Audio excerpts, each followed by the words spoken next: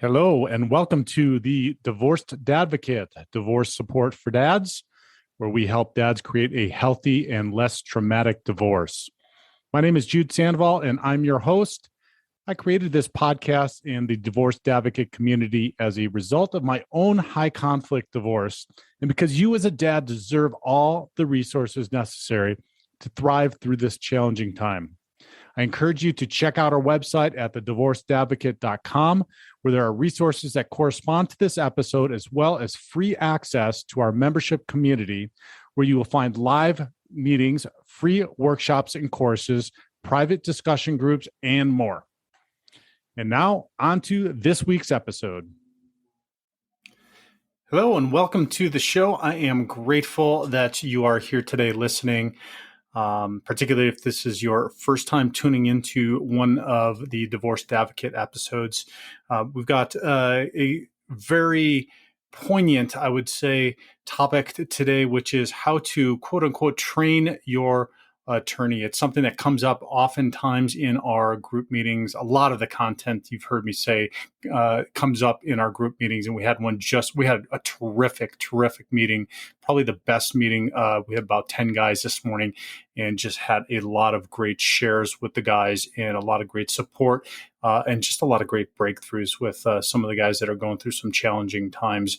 But one of the things that came up was how to change attorneys, how to guide our attorneys, et cetera, in staying true to what we want going through this divorce process and even post-divorce. So we're going to talk about how to train your attorney today. But before we start that, let me welcome, we've just got a ton of new guys, a lot of activity in the community.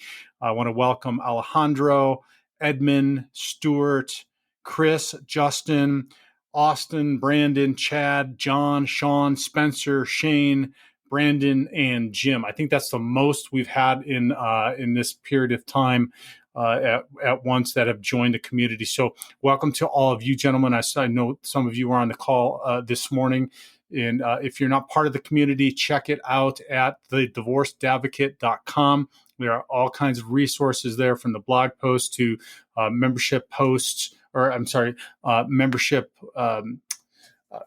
podcasts, as well as other things that you can find. There's the app as well that's got over 50 different things that you can utilize to work on yourself throughout this process. So check out thedivorcedadvocate.com. Check out the membership site. There's free stuff. There's paid stuff.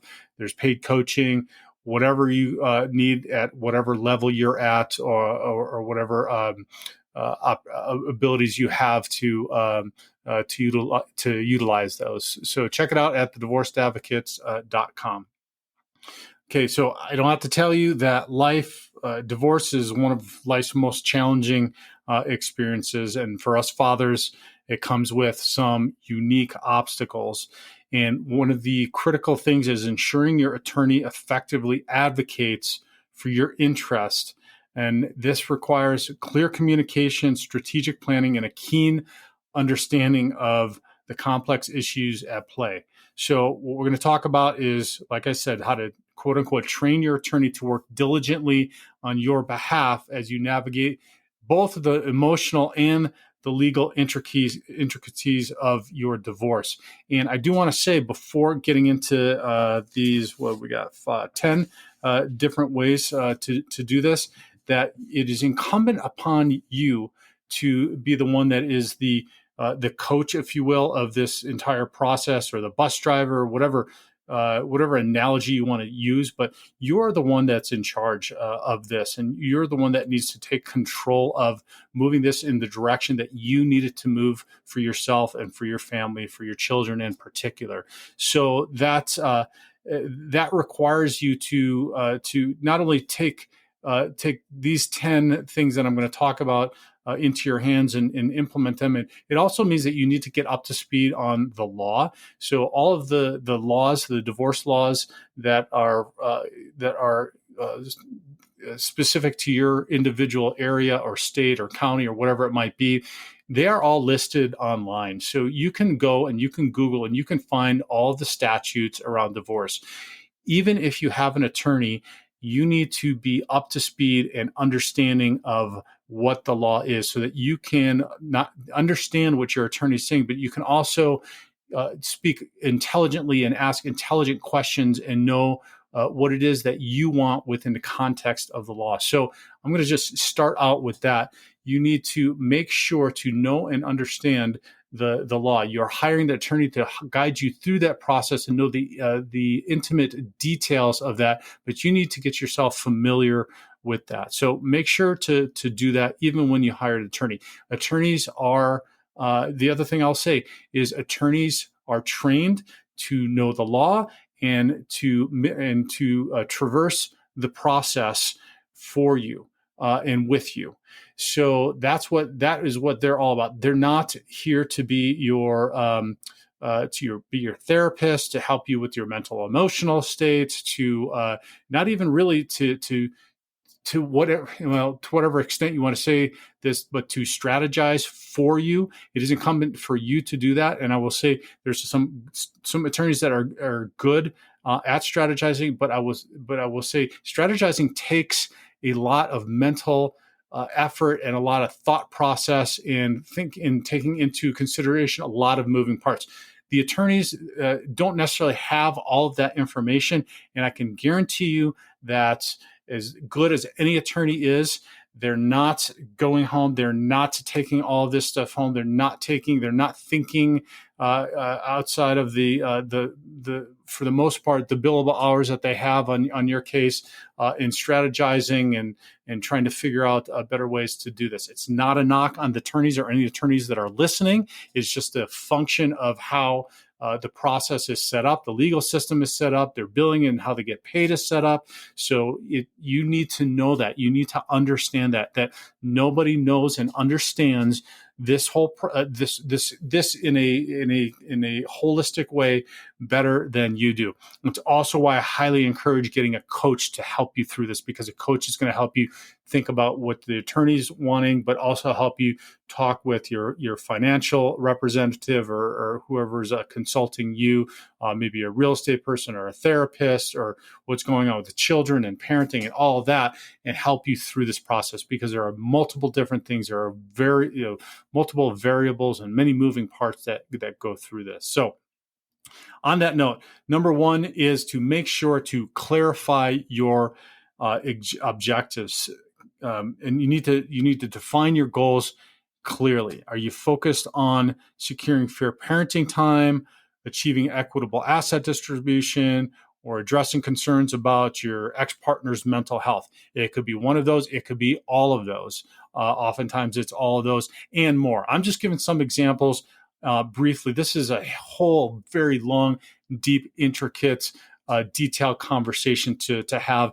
And in individual coaching, it's something that I talk about probably on a regular basis, with how to communicate with the attorneys about what it is you want. It's actually the first step that we do, which is clarifying your vision and direction in the 5-step process that I take individual clients through. So you'll prioritize your objectives to provide your attorney with a clear roadmap, and using bullet points or a detailed list to outline what matters to you most can be helpful. So that could be parenting time, maximizing time with your children, which I think probably anybody that's listening here is definitely a priority. It could be asset distribution, ensuring a fair division of property and finances. It could be a bullet point of mental health considerations, addressing any mental health concerns that may affect parenting time. There could be a myriad of different things, but I would make sure just to get those down, get those listed, and then within each of those, write out specifically what it is that you want to see. And if you don't know yet what it is that you want to see or what direction you want it to move, then get with somebody, whether that's a paid coach that's going to help you clarify that stuff, or figure out what it is. Talk to somebody that's gone through the process before as well, or get it down and then ask your attorney to help you to refine it. Now, that's going to be a more expensive way to do it than it would be to get a coach or somebody else, but you can do that as well. I think they will definitely appreciate that you're giving them some clear understanding and guidance of where you're coming from and what it is that you need in the direction you want things to go. Number two is document everything. particularly in high conflict divorces, but even not in high conflict divorces. Documentation is going to be your best ally, and provide your attorney with a thorough collection of all of the relevant documents that they need. It's a massive amount of time. I do understand that, but I can tell you that it is absolutely critical to do that, to make sure to document your communication logs, whether that's emails or text messages, or notes from conversations, or talking parents, or our family wizard, or any other communications that could be voice messages. Also financial records, bank statements, tax returns, asset lists. If you have not been on top of those things, or you've not been paying the person that's paying the bills, or knowing what the bank's accounts, you need to get to figure that stuff out immediately, so that you have a good understanding of what's going on financially. Parenting documentation, also schedules, diaries of time spent with children, evidence of involvement in their activities. So make sure to organize these materials systematically, and the more comprehensive your documentation, the better your attorney can advocate on your behalf.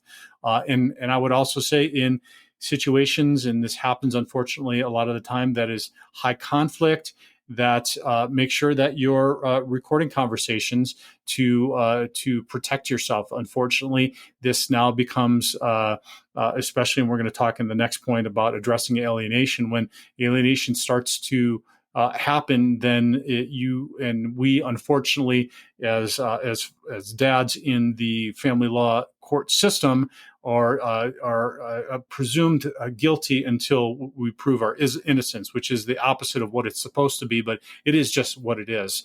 And so making sure to protect yourself, cover your ass, if you will, by recording things and making sure that you have good, solid documentation of what is transpiring is going to save your ass oftentimes. And I know that's a hard thing to think about. It's a hard thing to embrace the fact that the person that you loved, that you fell in love with, that you married, that you had children with, might be planning something that's not too great for your future and the future of your family and your time with your kiddos. But it does happen. Hopefully, it doesn't in the majority of divorces that go down.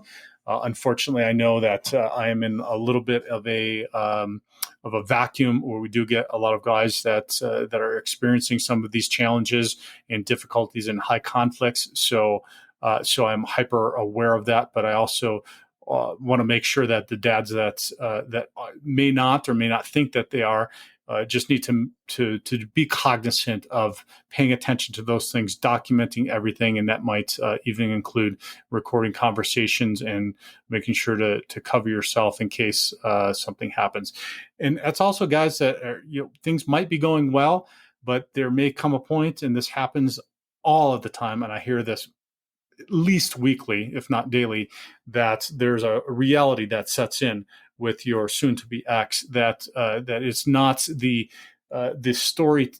storybook of TV shows or movies that we see when you get divorced and Prince Charming comes, or you're living a high-flying post-divorce life with meeting the guy of your dreams after, and he's flying you from whatever on his private jet, or whatever other bullcrap is out there in Hollywood, or some of these movies. The reality is there's a no-win, and it's a difficult and challenging time to go from a household where everybody's together to two separate households and parenting by yourself.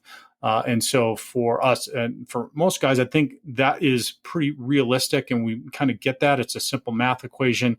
But for many women, there is a harsh reality that sets in, and that sometimes sets in right in the middle of the divorce, when they figure out they're not going to have the exact lifestyle or the storybook post-divorce life that they had envisioned. So that's just another reason to make sure that you pay attention to and document everything. Stay with us. We'll be right back. Hey, this is Jude with a quick reminder about the Divorced Advocate Foundation for Fathers, which is our nonprofit that helps dads through divorce with legal education, free or reduced cost coaching, and mental health resources. If you own a business or know someone who does, there's an easy way to help by connecting credit card processing through our partner program. Part of the fees go straight to the foundation with no added cost to the business, and 98% of businesses are actually able to save money on their processing fees. It's a win-win. So if you know a business that accepts credit cards, get them in touch with me by sending a warm introduction email to jude@thedivorcedadvocate.com or give me a call directly at 720-255-1021.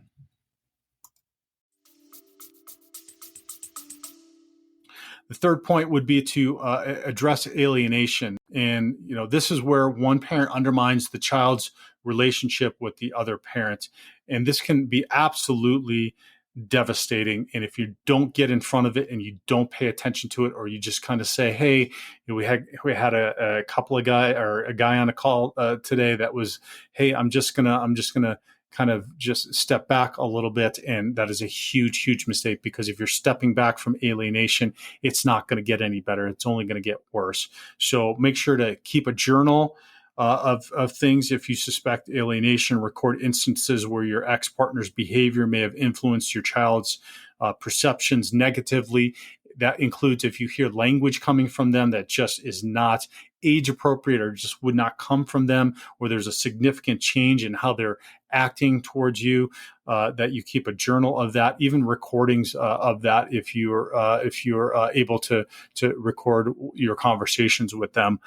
Gathering evidence, save any messages or notes that show attempts to alienate, and involve professionals. And I say this tentatively because you suggest involving a child psychologist to evaluate the situation can work well. However, there are, and depending, and this was another point of conversation this morning, was depending on where you're at, depending even on just the judge, that the therapeutic situation where kids and their feelings are taken above anything else, which is, when I say anything else, is the importance of kids being with their fathers and their father's influence on the kids is of more importance than that. So we get into some therapeutic situations. I've experienced it myself and others where this becomes, well, the kids don't want to spend time with them.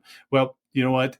The fact of the matter is there is no better and no greater benefit to them in their lives than having a father involved with them and spending time with them. And so this whole bull crap about, they don't want to, they're expressing their feelings, they're expressing that they don't want to. Well, hey, the fact of the matter is there's lots of stuff we don't want to do in life, but it is scientifically proven. All of the studies, everything out there shows that there is a benefit to spending time with your father. So just remember that when you start to get into this battle, if you do get into this battle, and I pray that you never do have to get into that battle, but do not let it slide. Pay attention to it. Keep the journal. Gather the evidence. If you have to, get a professional involved, but be very careful with what professionals you get. And then discuss these with your attorney to strategize the best approach, whether that's mediation, therapy, or legal action. Sometimes, unfortunately,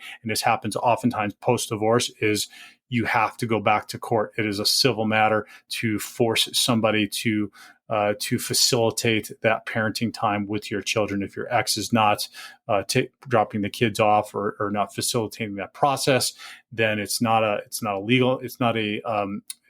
criminal matter. It's not for the police. While you can call the police, you can talk to them about that to see what they can do and what pressure they might be able to exert on making sure that happens. They're not going to get involved in the middle of it. It is a civil matter, and you're going to have to go back to court in order to get the other party to abide by what has been agreed to in court. So just pay attention to it is the big thing, and then take the direction that you feel you need to take with your attorney. Number 4 is negotiate parenting time effectively. When negotiating the parent time, focus on creating a plan that reflects your child's best interests while ensuring significant involvement in their lives. I emphasize that last part, ensuring significant involvement in their lives. Um, Again, depending on where you're at in the country or the world, and depending upon the mentality of the particular judge or magistrate that you might have, that could vary.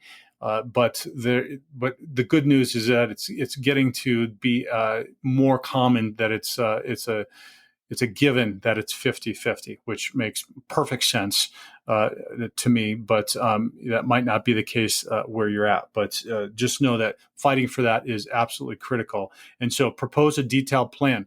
Present a well thought out parenting schedule, including holidays, vacations, and special occasions. And I say these other ones, including holidays, vacations, and special occasions, because you need to be very, very specific with how those work. And your attorney can help with some of those. But what I've found is attorneys have pretty much each one of them has a boilerplate agreement that they've utilized, and understand they are trying to find the most effective way to get through this process with the least amount of effort, so that they can get this done and help you through this process. So they've got a boilerplate agreement.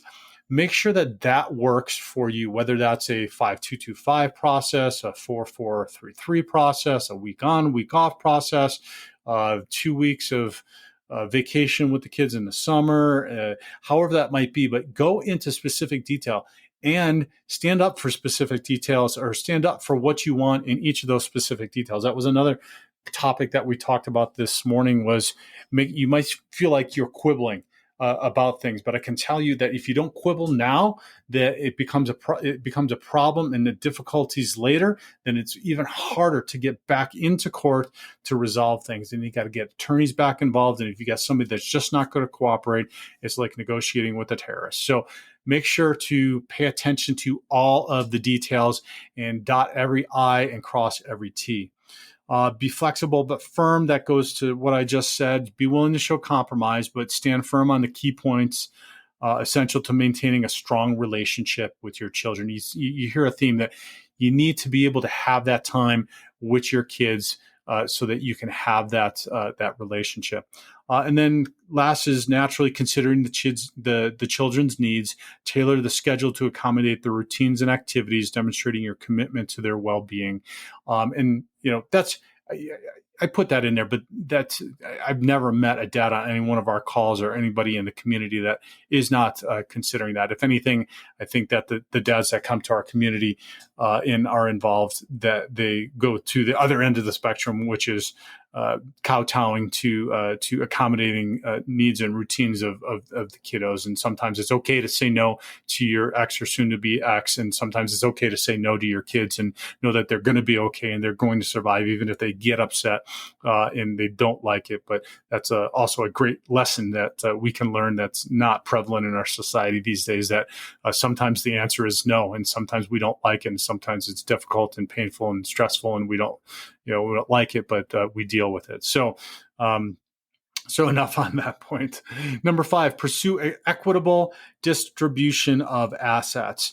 Asset division can be contentious, but advocating for the fair split based on contributions and needs is really important. And I just want to say that you need to have a life post-divorce that allows you the ability to be comfortable. Now it's going to be different, right? But to be comfortable, to live somewhere that is comfortable, that accommodates the needs of your kids, to be able to provide for them, provide for yourself, to be able to take care of yourself, as well as your kiddos, and also have a life after. So a lot of times I see guys, and we have guys that show up and they're just like I'm going to sacrifice and it's okay and whatnot. And there's some honor to that, but not to the extent that you're going to stress yourself out and not be able to be there have quality interactions and quality parenting time with your kids because you're stressed about money, or you have to work an extra job, et cetera, just to be able to afford to get through your divorce because you've given up too much around that. So Make sure in doing this, you list all assets, including property, savings, investments, and personal belongings. And I'm just going to say straight up too, be honest with everything. Do not lie about anything. Do not hide assets. Do not start moving money around and doing crazy, stupid shit, because that's going to look really bad in the eye of the court. And it's not necessary. You need to be upfront in listing all of this. And if you don't know, start getting up to speed on what all of your assets are, where all the money is, who's on what bank accounts are where, what bills are getting paid, etc. Also, with your assets and debts, identify the shared liabilities like mortgages, loans, and credit card debt.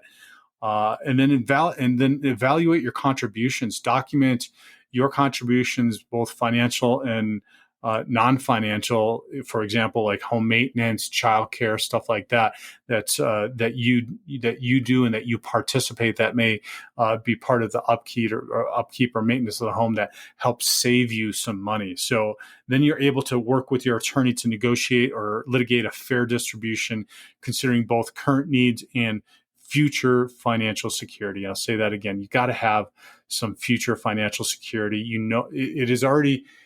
It's already going to be different. It's going to be a strain because it's a simple math equation. Going from one house to two houses means there's more bills, there's less money. So, this is also one of those things where the harsh reality, if you've had somebody that has been a stay-at-home parent and then they're going to have to go back to work, they're going to have to go back to work to maintain a semblance of the lifestyle that you had with one household. So that's sometimes where things go a little bit sideways with women as well, because they have a false sense that the lifestyle is going to stay all the same without having to make any kinds of sacrifices like going back to work and not having the kids as much as they had anticipated. So just be cognizant of that. Number 6, dealing with a high conflict ex-partner or soon-to-be ex. This requires a measured approach. Number 1, absolutely stay calm and avoid reacting emotionally to any provocation. This is true very often in the beginning stages of divorce, when you've either proposed it or somebody has pulled the trigger and served somebody and you're living in the same house. It becomes contentious, it becomes stressful. And so making sure to stay calm is absolutely critical. You don't want to make things more difficult for yourself.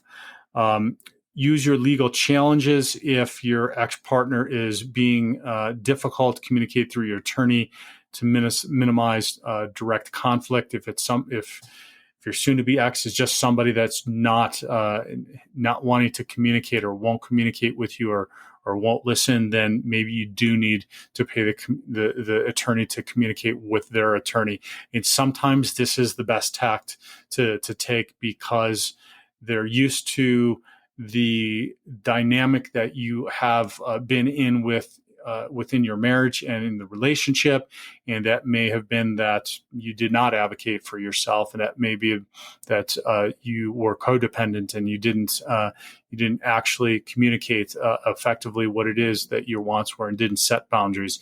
And sometimes when you start to do that, then there's a reaction to that that's going to be pretty excessive, and so you might have to just do this through the attorney. And then again, document everything. Keep records of interactions that may illustrate unreasonable or aggressive behavior. This oftentimes, again, in the beginning of these, when there's just the beginning of service or the beginning of the process and going through the legal process, that this may come to fruition. It's also when the alienation may be starting as well. So it's really critical to pay attention in these early stages, and then discuss them. Discuss with your attorney ways and approaches that minimize conflict and focuses on resolution. One of those can be getting in place a temporary a temporary agreement for who's paying bills, what the parenting time looks like, who's living in the house, if you have a nesting agreement, if somebody's going to move out, all of that stuff. The sooner you get that in place, the better. It's also going to help the kiddos to know that there is some sort of structure around that.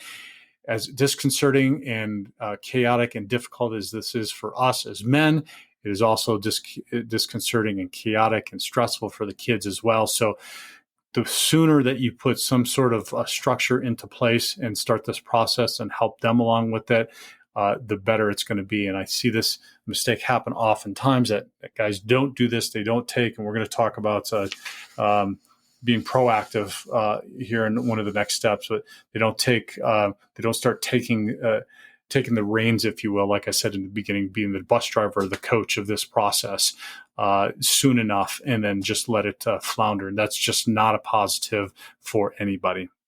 And I understand that it might be difficult for you. It might not have been something that you've been used to, and you may not have been the person that has been the one to lead. But now's the time that you need to do this for sure, in particular for your children. Number 7, addressing mental health issues. Unfortunately, this is very common. And if there are mental health issues affecting divorce proceedings or parenting dynamics, you need to, again, gather evidence, obtain medical records or expert opinions related to mental health concerns. Do not be afraid to do this. You can always have this and then back away from it, but you need to get it documented and you need to get it on the record, particularly if something starts to go sideways during the proceedings or post-divorce. You have this in place. This was a huge mistake that I made. And I see this with guys all the time, that you need to make sure to pursue this if you think that it's going to have an impact. Even if you might not think that it's going to have an impact, you need to make sure that you document this and gather all the evidence on this. And then that doesn't mean that you're weaponizing this, because you can propose solutions. Consider suggesting therapy, counseling, or evaluations as part of the proceedings. But you need to make sure to prioritize safety and stability and ensure that any agreements account for the mental health needs of both your ex-partner and your children. Do not ignore this. It is prevalent, and it will have a huge impact. And really, if you're going through this process and you have somebody that has some mental health issues, you don't want.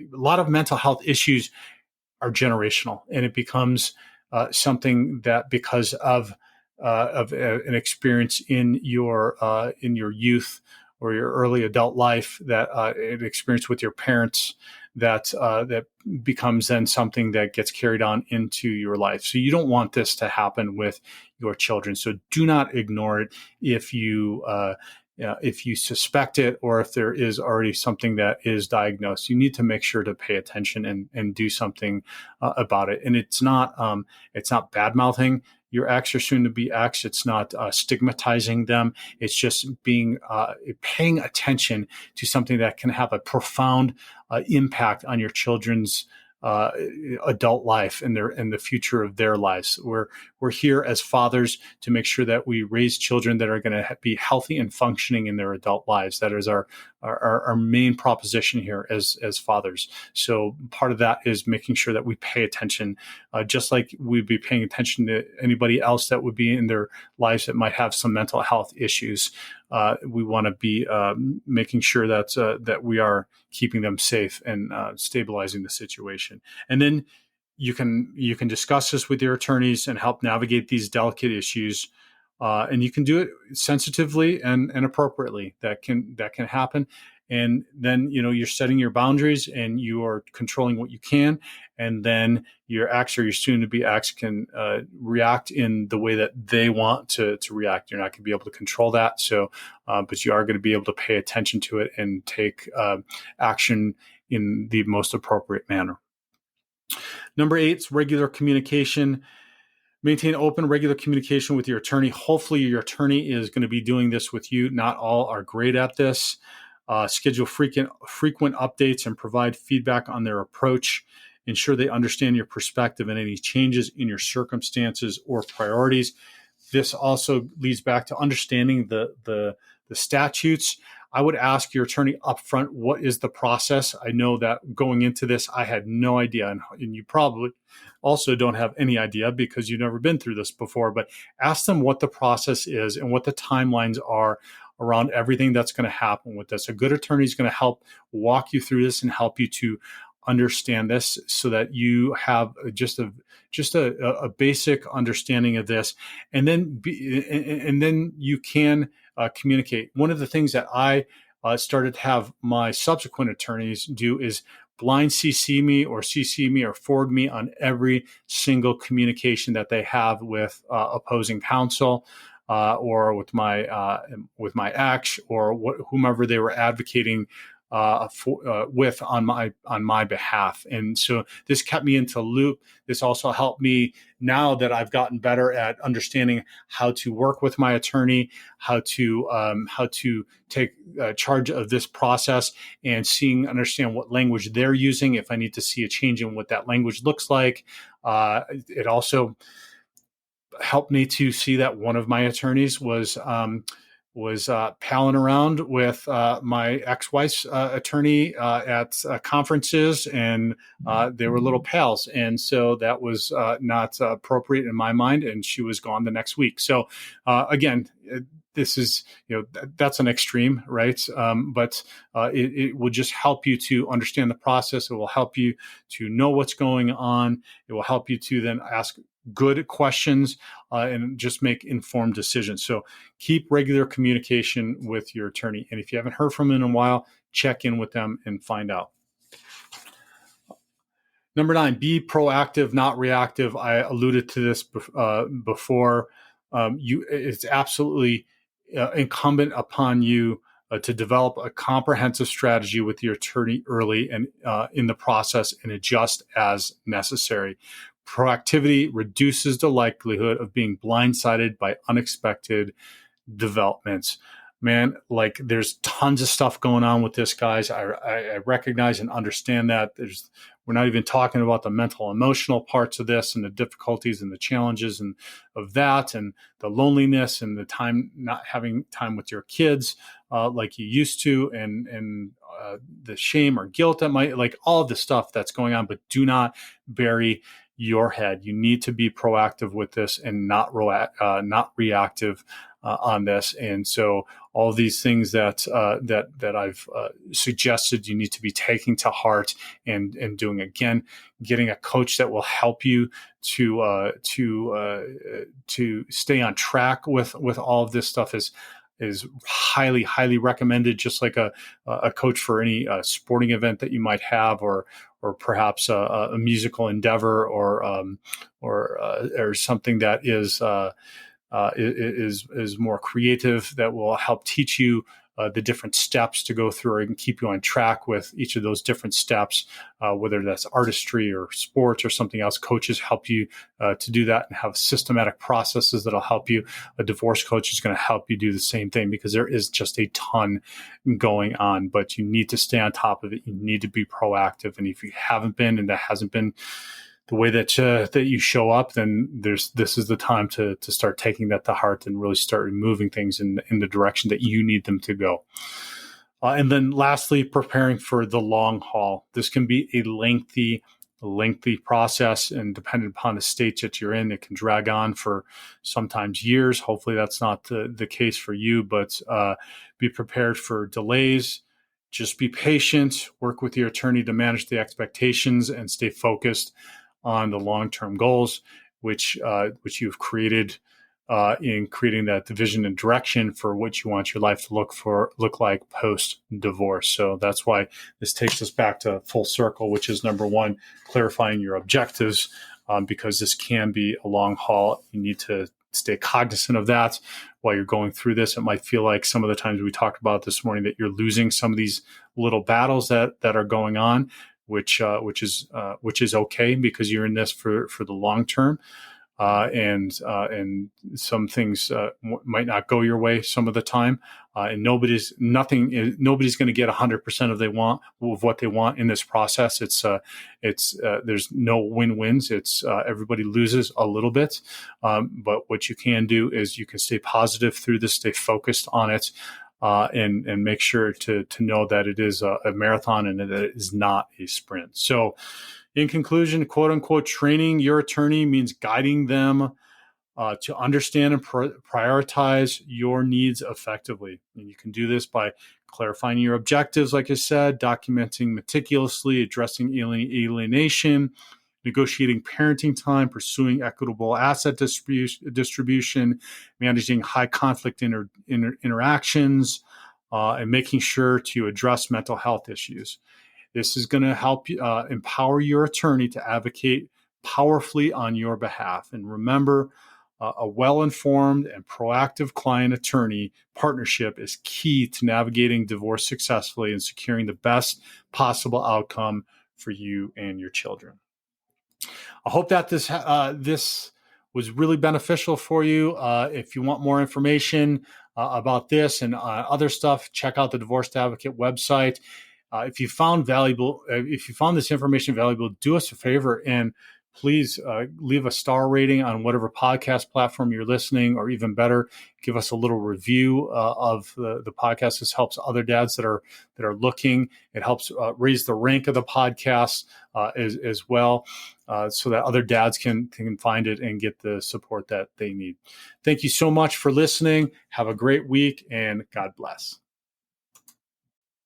To hear the rest of this episode and access the corresponding resources, visit thedivorcedadvocate.com and become a member of our community. It's free to join and will provide you with the resources you deserve as a divorced or divorcing dad. Thank you for listening. God bless, and I'll talk with you next week.